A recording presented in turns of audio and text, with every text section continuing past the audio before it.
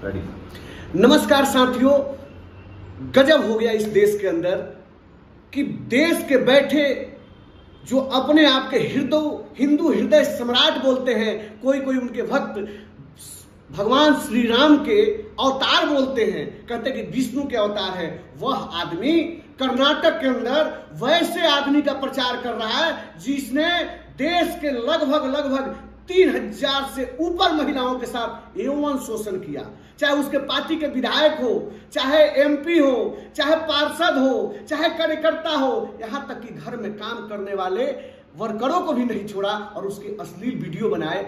जी, मैं बात कर रहा हूं देश के कर्नाटक राज्य के अंदर स्थित पूर्व प्रधानमंत्री एचपी देवगौड़ा के पोते प्रज्वल के बारे में, जिसके सेक्स रैकेट का भंडाफोड़ आज देश में हुआ है। और वह आदमी भारतीय जनता पार्टी के साथ गठबंधन करता है और गठबंधन करने के बाद कर्नाटक से लोकसभा का चुनाव लड़ता है और जब उसका सीडी पेन ड्राइव के माध्यम से जब वायरल होता है तो वह देश छोड़ के जर्मनी भाग जाता है।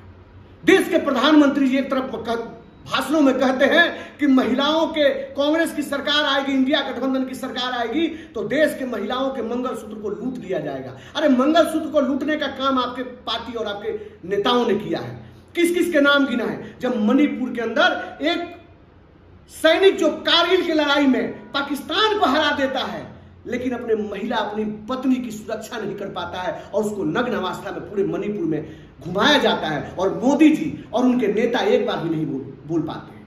मैं तो हैरान हूं कि उनके पार्टी के महिला नेता जो सदन के अंदर कोई अगर फ्लाइंग किस देता है, आंख मारता है तो उस पर देश में प्रदर्शन करते हैं और मीडिया में आके बाइट देते हैं। स्मृति ईरानी पता नहीं कहां खो गई है, जो उनको ये दिखाई नहीं देता है कि उनके देश के प्रधानमंत्री वैसे अश्लील लोगों के चुनाव जिताने के लिए उनको जाकर प्रचार कर रहे हैं, उनका प्रसार कर रहे हैं। देश के साथ दुगलापन, कैसा दुगलापन। आज महिलाओं की स्थिति देश में क्या है? महिलाओं के लिए आपने स्वास्थ्य की व्यवस्था ठीक नहीं की। आज ग्रामीण स्तर पर महिलाएं जब प्रेग्नेंट होती है तो उनको जच्चा बच्चा सुरक्षित पैदा हो जाए, इसका एक व्यवस्था नहीं है। लोग जिसके पास थोड़ा सा संसाधन होता है वो प्राइवेट अस्पतालों की तरफ रुख करते हैं और प्राइवेट अस्पताल वाले जानबूझकर उन महिलाओं का ऑपरेशन कर देते हैं और ऑपरेशन करके बच्चा पैदा करते हैं। आज देश के अंदर अगर आंकड़ा निकाला जाए तो देश में जो बच्चा पैदा होता है उसका 80% बच्चों को ऑपरेशन करके उनको बच्चा को पैदा किया जाता है। आज नॉर्मल डिलीवरी नहीं हो पाती है क्योंकि उस पर व्यवस्था नहीं है। और जब तक प्राइवेट अस्पताल में जाते रहेंगे लोग तो ऑपरेशन होगा ताकि उसका खर्चा बढ़े और जनता उसका वहन करे। और यदि सरकारी में बच्चे पैदा करने के लिए जब महिलाएं जाती हैं, परिवार वाले लोग लेके जाते हैं कि बच्चा और जच्चा सुरक्षित होगा, तो सरकारी में मौत का आंकड़ा बढ़ जाता है। अपने बच्चों को और परिवार को मौत के मुंह में ढकेलते हैं। मैंने तो कल ही एक न्यूज देख रहा था कि उत्तर प्रदेश में भारतीय जनता पार्टी का एक कार्यकर्ता कोई संतोष ठाकुर करके है और संतोष ठाकुर की पत्नी जिसको 3 बच्चे हैं वो अस्पताल में जाती है, वो छटपटा जाता है, केंद्र सरकार से राज्य सरकार से गुहार लगाता है, फिर भी उसकी पत्नी नहीं बच पाती है और 24 साल की आयु में उसकी पत्नी मर जाती है।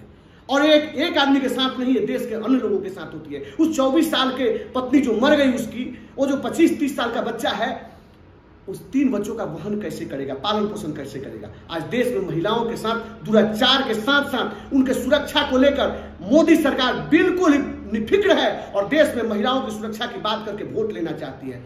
एक ऐसा हिंदूपना है। हिंदू धर्म में तो हमने सुना था कि सौड़ी के झूठ बैर भी खाया था श्री राम ने, लेकिन आज उसी सौड़ी के झूठे बैर तो छोड़ दीजिए, उसके अस्मिता के ऊपर खतरा हो गया है। बहुत बहुत धन्यवाद। नमस्कार।